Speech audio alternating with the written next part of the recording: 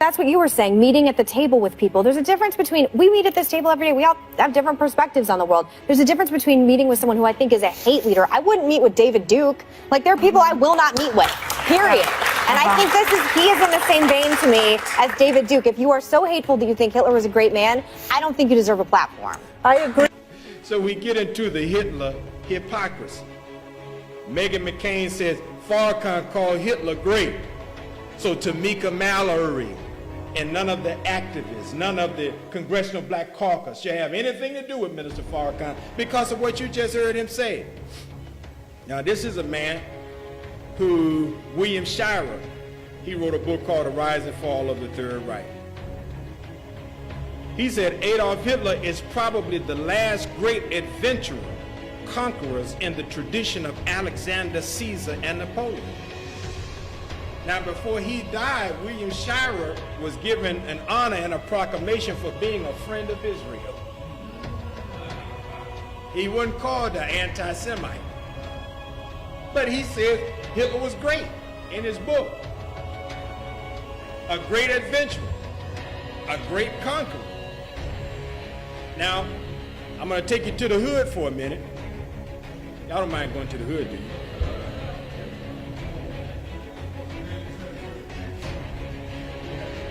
I'll take you right into your grandmother's living room. See, we had to learn later about the Trinity that was the Father, Son, and the Holy Ghost. But we grew up with the Trinity. It was Martin Luther King, White Jesus, and JFK. Am I right or wrong? That was the Trinity we knew about in Grandma's living room. Well, about a year ago, they auctioned off the diary of JFK. And when you know, he has some interesting things to say about Adolf Hitler. President Kennedy said, you can easily understand how that within a few years, Hitler will emerge from the hatred that surrounds him now as one of the most significant figures who ever lived.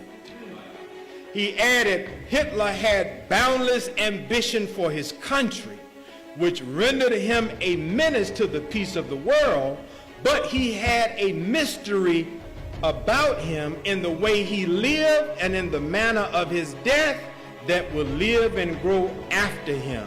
He had in him the stuff of which legends are made. Now that's what JFK said. The minister didn't say all of that. JFK called Hitler a legend.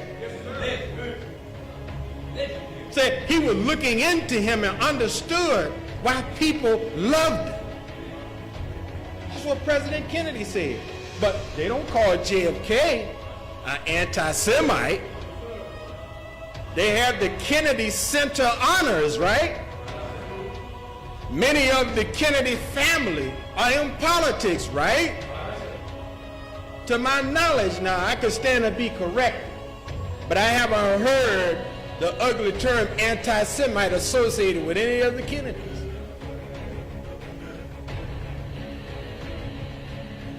And then, this is a rational defense, the man at the auction house says, well, there's no glorification, and I wouldn't take this out of context.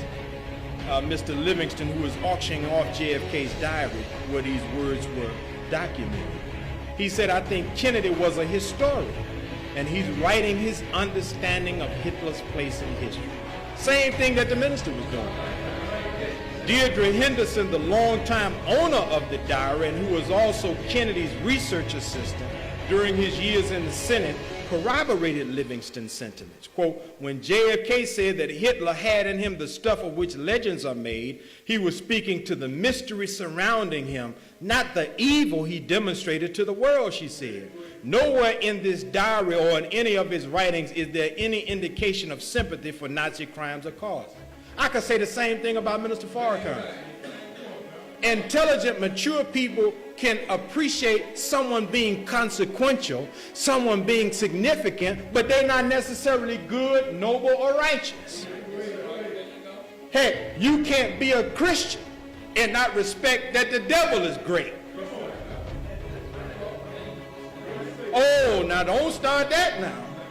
Because what do we say when we get busted? The devil made me do it. Many exorcists make money exorcising demons out of people, because the devil apparently has some power to make people do things that they don't want to do. But he ain't good. He ain't righteous. We ain't signing up to be in league with the devil or with Satan or Shaitan. We want to be on the side of God and his righteousness. Now, I want to carry you. I know the internet have all but killed the encyclopedia. But there are some encyclopedias that still exist. So let's look at what the encyclopedia says, and you'll see the encyclopedia completely vindicate the Honorable Louis Farrakhan and JFK. The Encyclopedia Britannica online says there's a general consensus about Hitler's historical importance. They put in parentheses a term that does not imply a positive judgment. Hitler was principally and alone responsible for starting World War II. His most amazing achievement was his uniting the great mass of the German and Austrian people behind him. Throughout his career, his popularity was larger and deeper than the popularity of the National Socialist Party. A great majority of Germans believed in him until the very end. In this respect, he stands out among almost all of the dictators of the 19th and 20th centuries, which is especially impressive when we consider that the Germans were among the best educated peoples in the 20th century. Of course, what contributed to this support were the economic and social successes for which he fully took credit during his early leadership. The virtual disappearance of unemployment, the rising prosperity of the masses, the new social institutions, and the increase of German prestige in the 1930s, achievements unparalleled in the histories of other modern totalitarian dictatorships. In spite of the spiritual and intellectual progenitors of some of his ideas, there is no German national leader to whom he may be compared. In some, he had no forerunners. Another difference between him and other dictators. By 1938, Hitler had made Germany the most powerful and feared country in Europe, and perhaps in the world. He achieved all of this without war, and there are now some historians who state that had he died in 1938, before the mass executions began, he would have gone down in history as the greatest statesman in the history of the German people. That's the Encyclopedia Britannica. That ain't Minister Farrakhan. That ain't the Nation of Islam. That ain't Brother Dimitri. That ain't Brother Anthony. That's the Encyclopedia Britannica. So what the minister said is true. He wasn't good. He wasn't righteous. And neither he nor us are proud of what he did to the Jewish people. But you wouldn't be talking about him today if he was not a man of consequence. So this is all a trick. This is all a slander made to keep people from listening to the truth that's coming out of the mouth of the minister. Have any of you ever heard of Henry Kissinger? Yes, sir. Pretty powerful man, huh? Let me show you what Mr. Kissinger said to Richard Nixon in the Richard Nixon tapes. Henry Kissinger, who is a Jew, he said the immigration of Jews from the Soviet Union is not an objective of American foreign policy. And if they put Jews into gas chambers in the Soviet Union, it is not an American concern, maybe a humanitarian concern. This is what Henry Kissinger said. He's Jewish. Now, to show you the hypocrisy, to show you the double standard, to show you that they treat our man like they don't treat nobody else. Look at what Abraham Foxman said in response.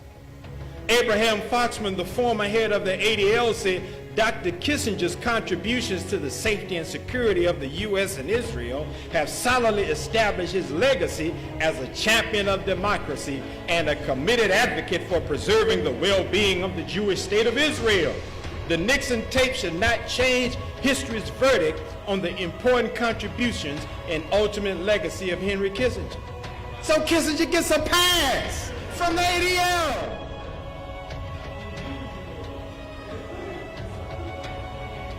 They got him on tape in the Oval Office.